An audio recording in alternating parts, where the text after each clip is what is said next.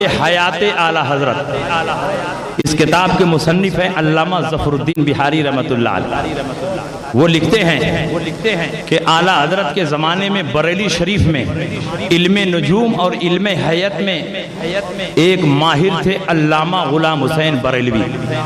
इतने माहिर थे इल्मे नजूम और इल्मे हयत में कि सिर्फ सितारों की चाल देखकर बता देते बारिश होगी कि नहीं होगी। एक दिन आला हजरत की खिदमत में हाजिर हुए। आला हजरत के वालिद अल्लामा नकी अली खां के दोस्त हैं। बाप का दोस्त भी बाप के दर्जे में होता है, इसलिए आला हजरत ने शायान शान इस्तकबाल किया, उनकी ज़ियाफत की। उसके बाद आला हजरत ने पूछा, बताइए बारिश का मिजाज कैसा है? बारिश नहीं हो रही है, कब तक बारिश होगी?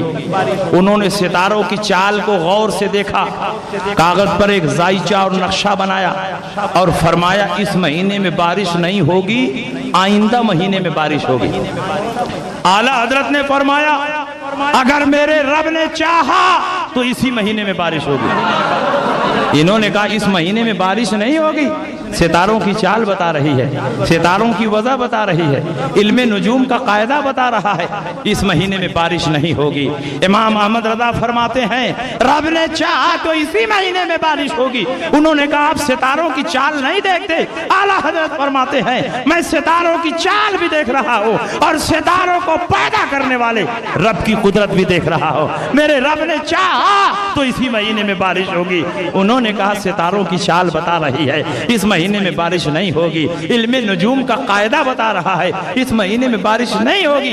आला हजरत ने देखा कि ये इल्मे नजूम और इल्मे हयत के ज़न्नी कायदों पर इतना भरोसा रखते हैं कि अल्लाह की कुदरत से गाफिल हो रहे हैं और इन्हें पता भी नहीं चल रहा है। आला हजरत एक आलिम रब्बानी थे। आलिम रब्बानी किसी को भटकता हुआ देखता है तो उसकी हिदायत का इंतजाम करता है। आला हजरत के सामने एक कलाक लटक रही थी, एक घड़ी लटक रही थी। आला हजरत ने पूछा बताइए घड़ी में क्या टाइम हुए हैं? उन्होंने कहा 11:15 बजे हैं। आला हजरत ने पूछा 12 बजने में कितना बाकी है? उन्होंने कहा पौना घंटा बाकी है। आला हजरत ने पूछा अगर पौना घंटा नहीं गुजरेगा तो क्या 12 नहीं बजेगा? 12 की घंटी नहीं बजेगी? उन्होंने कहा हरगिज नहीं, जब तक पौना घंटा नहीं गुजरेगा न 12 बजेगा न 12 की घंटी बजेगी। आला हजरत खड़े हुए, बड़ी सुई को खींचकर 12 पे कर दिया, फौरन 12 बज गया, 12 की घंटी बज गई। आला हजरत ने फरमाया आप तो कह रहे थे जब तक पौना घंटा नहीं गुजरेगा न 12 बजेगा न 12 की घंटी बजेगी। देखिए 12 भी बज गया और 12 की घंटी भी बज गई। उन्होंने फरमाया आपने बड़ी सुई को खींचकर 12 पे कर दिया, इसलिए फौरन 12 बज गया, 12 की घंटी बज गई। अगर ये सुई अपनी फितरी रफ्तार से चलती तो पौना घंटा गुजरने के बाद ही 12 बजता।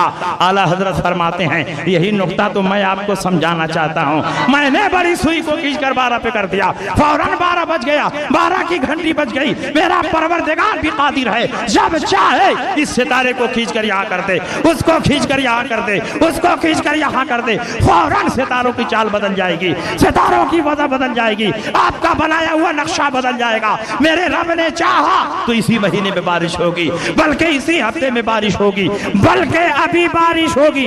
इतना काना पा की बारिश होने लगी, बारिश होने लगी, इतनी बारिश होती है कि बरेली की सरजमीन जलताल हो जाती है।